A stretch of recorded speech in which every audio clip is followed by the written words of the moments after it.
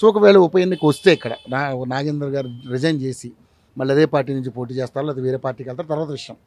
ఒకవేళ వేస్తే ఇక్కడ గెలుపు ఓటములు ఎలా ఉంటాయి, ఒకవేళ దానం నాగేంద్ర గారికి ఎటువంటి అవకాశాలు ఉన్నాయి ఇక్కడ మీ అభిప్రాయం? ఇక్కడైతే అంతా కాంగ్రెసే ఉందండి. దానం నాగేంద్ర గారు కాంగ్రెస్ తరపు నుంచి కనుక బీఫామ్ ఇస్తే 100% బీఫామ్ కనుక నాగేంద్ర గారికి ఇస్తే మాత్రం నాగేంద్ర గారు 100% గెలుస్తారు. 100% గెలుస్తారు. ఆయన పార్టీ మారే అవకాశం లేదా? ఇప్పుడు దీంట్లోనే ఉన్నారు కదా, కాంగ్రెస్లోనే కదా.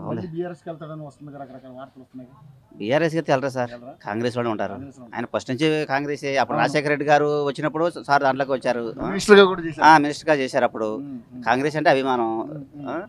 సార్ దీంట్లోనే ఉంటారు, కాంగ్రెస్లోనే ఉంటారు. కాంగ్రెస్ అయితే ఇక్కడ 100% వస్తుందనే ఉంది. 100% మాకు. సో మరి పోటీ తత్వం ఏం లేదు ఇక్కడ, అంటే ఇరు పార్టీ నుంచి తక్కువ అండి. దానం నాగేంద్ర గారు నిలబడితే వన్ మ్యానే, అంత వన్ మ్యాన్ షో ఉంటుంది. ఎందుకు ఆయనకి ఇంత క్రేజ్ ఇక్కడ? ఇక జనాల్లో ఉంటారు సార్.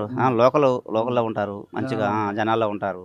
ఆయనకి ఇక పేరు కదా, అంతే సార్ పేరు దానం నాగేంద్ర. ఇక్కడ పెద్ద అంటే ఎక్స్ పార్టీ నుంచి కూడా మంచి నాయకుడు ఎవరు లేరు ఇక్కడ. అది దానం నాగేంద్ర గారి నుంచి ఇంకా ఎవరు ఉంటారు సార్? ఎవరు లేరు అట్లా. సో డెవలప్మెంట్ ఎలా ఉందన్న? బాగానే ఉందండి. రేవంత్ రెడ్డి గారు వచ్చాక దానం నాగేంద్ర గారు పార్టీలోకి వచ్చారు కాబట్టి బాగానే ఉంది, అంతా బాగానే ఉంది.